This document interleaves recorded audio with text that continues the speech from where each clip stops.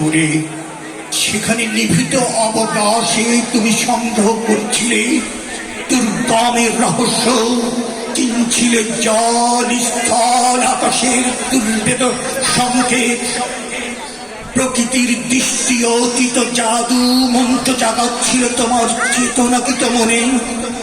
বিদ্রুপ করছিলে ভীষণকে বিরূপের ছদ্মবেশে, শঙ্কাকে চাচ্ছিলে হার মানাতে, অপনতি উগ্র করে বিভীষিকার প্রচন্ড মহিমায় তাণ্ডবের দন্থুনি নাদে। তাই ছায়া পিতা কালো ঘোমটার নিচে অপরিচিত ছিল তোমার বালগুরু।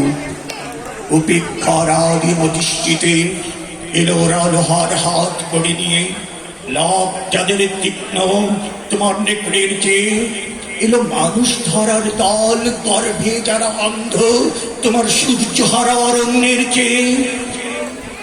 সভ্যের বর্বর লোভ নগ্ন করল আপন নির্লজ্জ মানুষতা তোমার ভাষাহীন ক্রন্দনে। আশপাকুল অরণ্যের পথে পঙ্কিল হল ধুলি তোমার রক্তে অশ্রুতে মিশে।